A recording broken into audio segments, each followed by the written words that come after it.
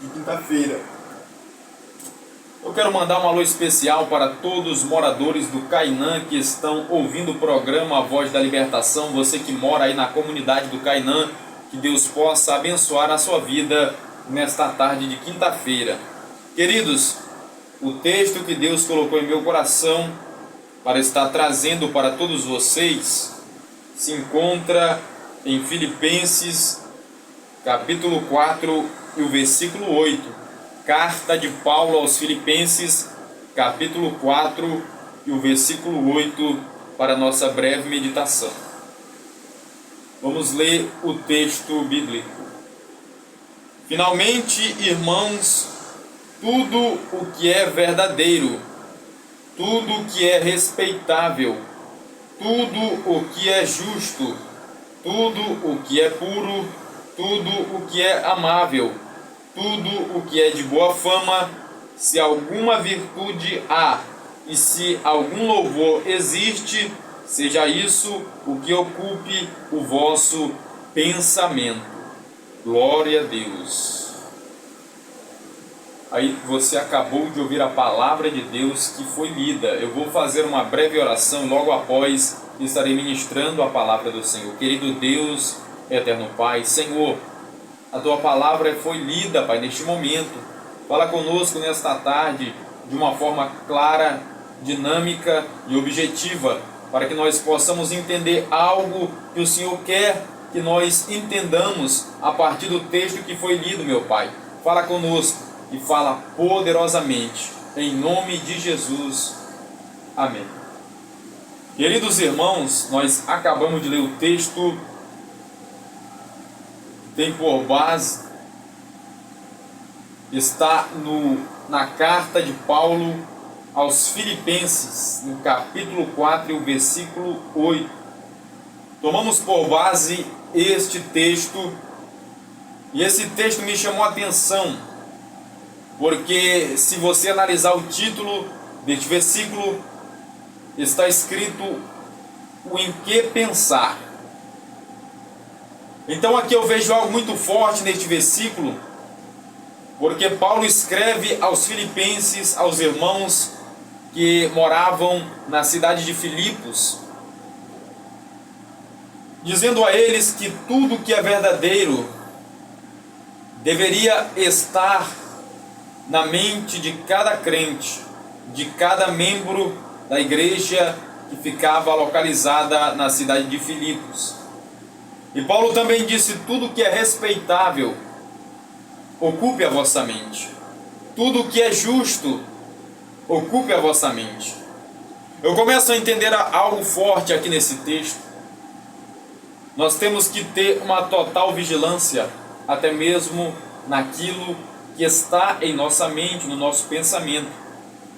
É bem verdade que o diabo, ele não tem o poder de ler os nossos pensamentos. Ele não tem o poder de saber o que nós pensamos. Mas tem uma coisa: o diabo, ele olha as nossas atitudes, o que nós fazemos, como nós nos comportamos.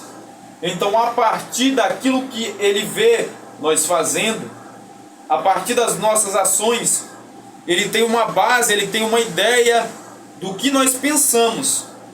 Então é por isso que Paulo escreve para todos os crentes de Filipos, para todos os filipenses, para eles estarem preocupados no que deveria estar na mente de cada servo de Deus e de cada serva do Senhor. É por isso que ele escreve aqui no versículo 8 desta carta, no versículo 8 do capítulo 4, dizendo: tudo que é verdadeiro, ocupe o vosso pensamento. Tudo que é respeitável, ou seja, vocês devem pensar em coisas respeitosas, coisas que não desagradam a Jesus, porque Ele conhece o vosso pensamento. Está na Bíblia. Deus e também o Espírito Santo sonda a nossa mente e o nosso coração, porque Deus sabe de todas as coisas. Ele é onisciente, Ele tem toda a ciência, todo o conhecimento. Antes de nós nascer, Deus já nos conhecia e sabia muito bem a nossa história. Então Paulo aqui está dando conselho para os crentes daquela época. Vocês devem pensar em coisas justas. Tudo que é puro deve ocupar a sua mente. Na mente de vocês não pode estar impurezas, porque tem muitos crentes hoje, no contexto em que nós vivemos, que a sua mente está contaminada, está poluída, está impura. E o que nós devemos fazer? Se a nossa mente se encontra desta forma, nesta situação impura, suja, nós temos que pedir para que o Espírito Santo de Deus passe o bálsamo e lave a nossa mente, para que a nossa mente seja transformada, porque Paulo escreve, nós temos que ser imitadores de Cristo. Então nós temos que pegar o exemplo de Jesus.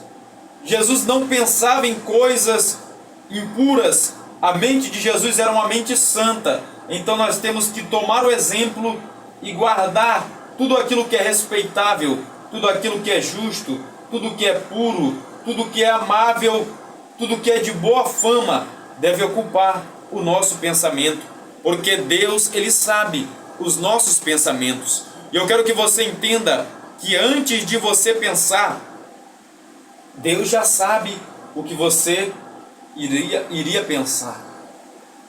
Antes de você pensar, Deus já sabe aquilo que você está imaginando e que você irá pensar. Deus sabe de tudo, Ele conhece o teu coração, porque antes de nós pensarmos, vem do nosso coração. O pensamento cria-se no coração do homem e daí vai para a nossa mente, para o nosso cérebro. E é daí então que nós formamos uma fala, ou seja, que nós falamos aquilo que nós pensamos. Então Jesus, Ele conhece. Ele disse: o que contamina o homem não é o que entra, mas é o que sai. Então nós devemos ter um total cuidado do que sai da nossa boca e do que ocupa a nossa mente, o nosso cérebro. O diabo não pode saber o que está em seu pensamento, mas Deus sabe. E isto faz a diferença, porque se eu sou um crente, se eu sou um servo de Deus, que penso em coisas impuras, em atos pecaminosos, eu estarei desagradando o Espírito Santo de Deus. Pois o Espírito Santo conhece a minha vida, conhece a tua vida. Ele sonda o teu pensamento. Ele sabe de tudo que você pensa. Então, não pense que Deus não tem esse poder. Deus é poderoso, é onipotente. Então, queridos, eu quero que você guarde esta palavra no seu coração e medite um pouco neste versículo, porque Paulo escreve com muita precisão. Ele fala aqui no final deste versículo: se alguma virtude há e se algum louvor existe, ou seja, se nós pensamos em coisas que têm virtudes, pensamentos que trazem algo que terá um proveito para a nossa vida espiritual, pensamentos que trazem algo que terá um efeito para a minha vida espiritual, para o meu ministério, para a minha caminhada cristã, que trará edificação para a minha vida, então eu posso pensar. Mas eu não posso pensar em pecar. Eu não posso desejar aquilo que eu vejo com os meus olhos. Se eu estou na rua e eu estou vendo mulheres passando, eu não posso desejar aquelas mulheres, porque Jesus falou que não é preciso apenas um homem se deitar com uma mulher para cometer o pecado do adultério. Se eu olhar para uma mulher com um olhar impuro e desejar e cobiçar ela, eu já cometi adultério ou fornicação. Então, queridos, Jesus quer que nós nos preocupemos com este conselho aqui que Paulo está dando nesta carta. Ele quer que nós estejamos com a nossa mente blindada, com a nossa mente santificada. Nós não temos que santificar apenas o nosso corpo, temos que santificar o corpo a alma, o espírito, o nosso coração, a nossa mente, os nossos olhos, a nossa boca, os nossos ouvidos, porque o nosso corpo não é qualquer coisa. Paulo escreve em 1 aos Coríntios capítulo 3 e o versículo 16: não sabeis vós que sois o templo do Espírito Santo de Deus e que Deus habita em vós, e se vós destruíres o templo de Deus, Deus também os destruirá, porque o templo de Deus, que sois vós, é sagrado. Então, queridos, nós somos o templo do Espírito Santo de Deus. O meu corpo, o seu corpo é morada de Deus. Deus habita em você e Deus habita em mim. Então nós temos que estar em uma santificação. Nós temos que estar todos os dias preocupados em santificar o nosso corpo. Fazermos uma autoanálise do que nós temos pensado, o que tem ocupado o nosso pensamento, o que tem ocupado a nossa mente. Será que eu passo o dia todo sem ler uma hora sequer a palavra de Deus? Será que eu não tiro um tempo para ler a Bíblia Sagrada? Será que eu tiro um tempo no dia para orar? Será que eu tiro um tempo, um momento para jejuar durante um dia, uma vez na semana?